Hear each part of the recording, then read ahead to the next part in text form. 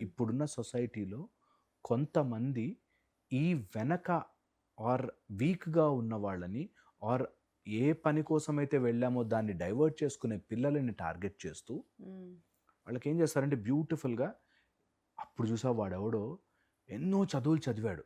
కానీ బయటకొచ్చి పానీపూరి బండి పెట్టుకున్నాడు, కోటీశ్వరుడయ్యాడు. అనగానే ఓహ్ మై గాడ్! ఇప్పుడు నేను చదవాల్సిన అవసరం లేదు. పానీపూరి బండి పెట్టుకొని కోటీశ్వరుని అయిపోవచ్చు. ఇంత చిన్న లాజిక్ తెలియకుండా మా అమ్మ నాన్నకి అసలు బుద్ధి లేదు వేస్ట్ అని అనుకుంటారు.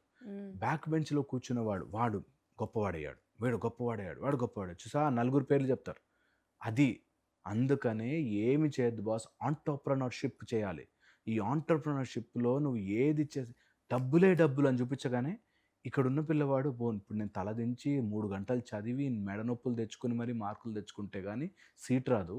అదే బయటకొచ్చి ఒక ఐడియా చెప్పాననుకో, రోబోటిక్స్ నేర్చుకున్నాననుకో, లేకపోతే ఒక యాప్ కనిపెట్టేసాననుకో, కోట్లు అనే దాంట్లో ఉంటారు.